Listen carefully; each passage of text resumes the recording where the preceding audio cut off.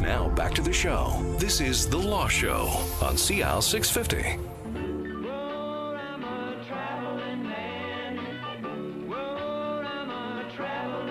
Hey, and welcome back to The Law Show. I'm Zach Spencer. You're listening to CL 650. Today we're talking about immigration law. Fascinating subject, and as we're finding out, the sands are always moving with this. And we had the minister in town recently for the Canadian Bar Association National Conference.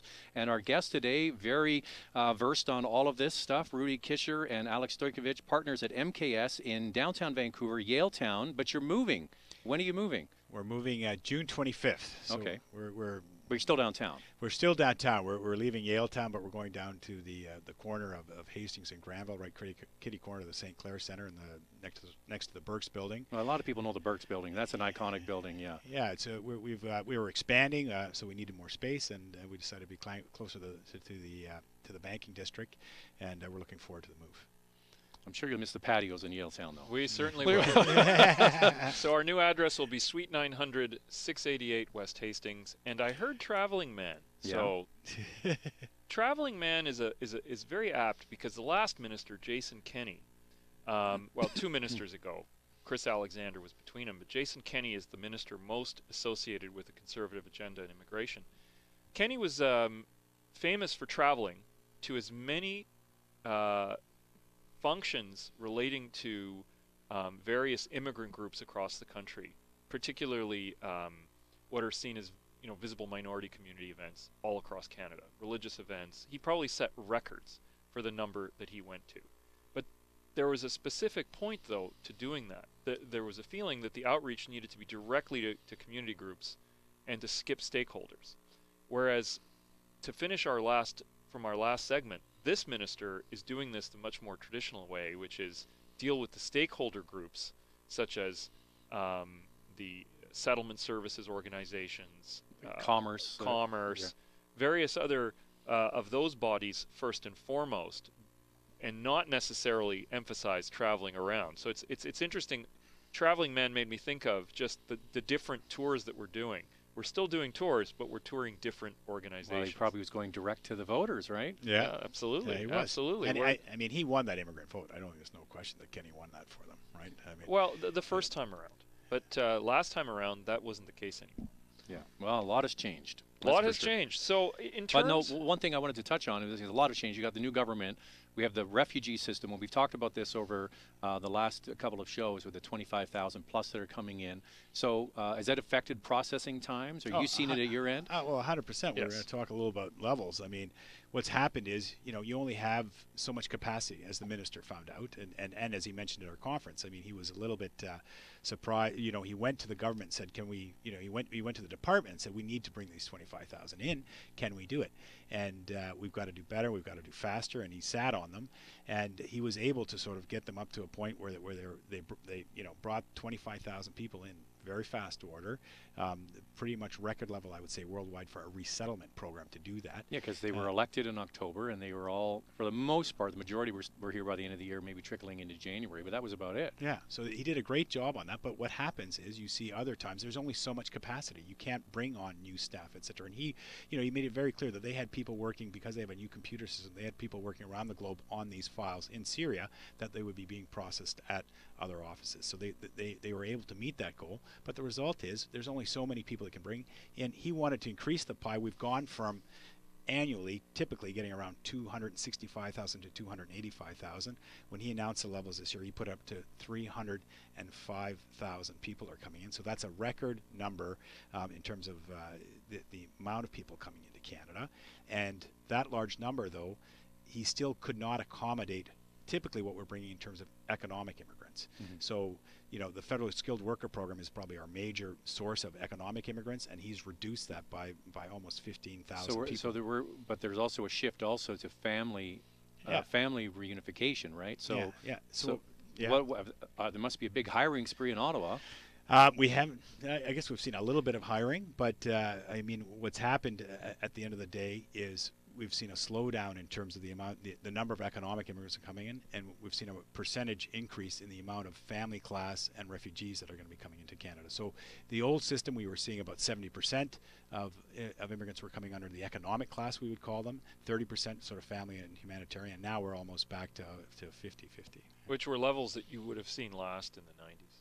And the counterpoint to that is we're bumping along at 1.2, 1.6% growth in Canada, but we're adding 300,000 people, half of which are not going to contribute to the economy. I think the minister was very clear against that, actually, because his opinion, he doesn't like the name, calling them economic or family immigrants, because if somebody's coming in the family class doesn't mean they don't contribute economically. Because someone's bringing their wife in doesn't mean their wife isn't a doctor or a dentist, isn't going to start working or isn't going to contribute. People that come in as refugees, I mean, I've been involved with reselling 2 refugee families. They're working already, right? They're back. They're into the economy. They're just not picked for that reason. Right. The minister was quite clear on that point. I agree with Rudy. And even in the case of parents and grandparents, he made the case, and I mean this is the government's position, that I bring in parents and grandparents, they're taking care of the children so that mom and dad can both work full time.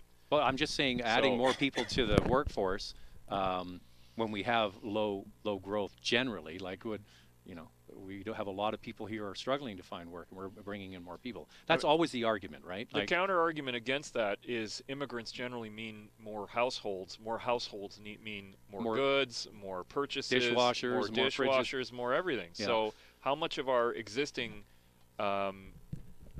economic growth is tied directly to population growth? I mean, there's no fine line that you can cut. And in many respects, a lot of economists disagree with the economic model of immigration to begin with. They say that people that are second-generation refugees and people who came through various programs in which the government invested in them to some extent tend to be the most loyal immigrants that we have. People that stay 3, 4, 5 generations versus a theme on this show regularly, which are the people who've paid their own way, often don't feel much loyalty to Canada necessarily. Well, look, let's go around the table. My family from Great Britain in the late 50s, early 60s. My dad came as steerage on a boat in 1952 and worked as a farm laborer for 2 years, and my mother came up from Jamaica. So, yeah. There you go. My parents both immigrated from Serbia in 1966. So, yeah, I mean, we've all lived it, right? Yeah. And I would agree with that. I think, but there is always an argument on the other side, is we're letting too many people coming in taking our jobs when there's not enough jobs for the old stock Canadians, as people call them. Right? I mean, it's been pretty consistent since about 1990 that the government hasn't really adjusted immigration levels because of the economy. So we haven't seen that almost in 27 years, actually. So they've kept the percentage. I mean, this is a higher number, but percentagely, it's not that higher number when you look at the percentage of the population. Because the population continues to grow. Because the numbers have been steady, as you said, sort of 250 to 285 every year, and now it's going up a little bit more. If I may, before IRPA came out in 2002, what's that? That's the current act, the Immigration and Refugee Protection Act. The Legislative Review Advisory Group that was the body that was created of experts that was going to create this new immigration legislation after doing roundtable around the country, meetings with stakeholders, etc. There was talk about advocating a position where Canada would add 1% a year. That's how immigration levels needed to be. And we're at 36 million. That would be 360. That would be 360,000. Yeah. And this is talk back in 2002. We've never come close to that number. Right. And to give some context, I mean, our biggest year for immigration, which I think is 1907 or 1905, we took something like 400,000 immigrants in a year where we have, at a time when we only had 7 million people in Canada.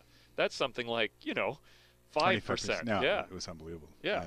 All right, so the levels and the family dynamic is changing, so we're getting a family reunification coming in. We talked about the processing times. It's slowed because of the growing number of people coming in and the refugees. Now, we also referenced before the break about this Quebec issue. Quebec has its own sort of special rules, and the separate provinces have done this. Manitoba, British Columbia has a system as well. So what is Quebec doing that maybe is rubbing other people the wrong way, or they need to change, or what's going on there? Well, I mean, the Quebec program is a little bit different. Every province now has its own provincial nominee program. Quebec in the 1960s struck what's called the Quebec-Canada Accord, and this accord basically allows Quebec to actually run its own separate immigration program abroad and select its own immigrants without sort of having to confer much with the federal government. And under it, they have this investor program. It's a passive investor program. The rest of the country, the federal government has gotten rid of that program for about. So what does passive mean? They just have to come with X number of dollars? They have to have business experience, to be fair, and generally about 2 to 3 years of business experience, plus a certain amount of. They have to have a certain net worth. You know, the old federal program and the current Quebec program is a net worth of $1.6 million, and when they say invest, it's actually lend the government $800,000, pretty much risk-free. That comes back to them after 5 years with no interest, really. So it's not really, most investments you think you're putting your money at risk. That's not what's happening here. It's a passive loan program as opposed to a passive. Just to make sure you're going to stay and be committed, right? Well, I don't even think that that's the reason. You're basically paying. The government is making money off not having to borrow that money, and it doesn't make you committed actually, because after you land, you can leave. So that system, the Canadian system, was scrapped a couple of years ago, right? Yeah, at least and 4 so years ago, Quebec still has it. So I guess people are taking advantage, right? People are taking advantage. They still see about 5,000 immigrants a year coming in under that program. And a bit of a bone of contention is, I think less than 95% of the applicants actually stay and reside in Quebec, right? Less than 5% of the applicants stay and reside in Quebec. 95% don't. And the vast majority of those, because this program has been dominated by mainland Chinese applicants, the vast majority of them are in Vancouver and have been for the last 15 years. You would think it's so opposite to the whole psyche of Quebec, where we have this whole idea where we don't have enough French-speaking Quebecers, that they would bring in Chinese business people. But they're addicted to the money, right? Because what happens is that money they have to pay back every 5 years. So they're addicted to this cash flow that comes into their budget every year of immigrants. If they stop that cash flow, how are they going to pay that money out to the people that are having their loans come due after 5 years? Does that Quebec total go into the federal 305,000? Yes. Yeah. Yes. Yeah. So who's opposing this? Well, the challenge is that in Vancouver, you have already the debate over what percentage do new immigrants and foreign owners have in terms of the real estate market? Well, the challenge here is here are people who are saying they're going to move to Quebec. And don't. Quebec having a program where they're supposed to be trying to enhance the French francophone fabric of Quebec, where they're clearly not. Sure. Because none of these folks speak a French. lick of French, yeah. Neither do I, by the way. Most don't speak any English either, I would add. And yet here they are, landing in Quebec. Quebec gets a chunk of settlement funding for each of these people, because settlement funding from the national government to the provinces for language training and for various other programs like that is based entirely on the number of landings. Well, these people aren't going to Quebec. They're going to British Columbia. So British Columbia has X number of actual immigrants and is being paid for a lesser number in terms of settlement funding. Would you suggest that you follow where they end up? Exactly. And this has been argued by a number of experts that very least the federal government should be tracking where people are going and paying the provinces according to that allocation. That's been a complaint of BC's for a while. And the minister actually went on camera and committed to looking at that issue and to actually paying settlement money based on where people were actually going versus where they're seems logical, where they intend to go. Now, the debate there is a difficult one. I mean, what a lot of people in Quebec will say is, well, why are you complaining? These people are, they're spending money in British Columbia. They've enhanced British Columbia more than the money that we've gotten in Quebec. So what's your complaint? And that's a debate that's harder to really argue. Yeah. Argue. So well, speaking of language and people coming to the country with a lack of skills in either French or English. In the next segment, we're going to talk about the change to the language rules, which I'm sure a lot of people in British Columbia, we have so many people coming here from outside of the country, may be interested in. We're going to continue the conversation talking about immigration law. We have Rudy Kisher and Alex Stojkovic from Maynard Kisher Stojkovic Immigration and Citizenship Lawyers, MKS, in downtown Vancouver, moving at the end of June. We'll find out more about that again next here on The Law Show. There's more of the show still ahead. This is The Law Show on CL 650.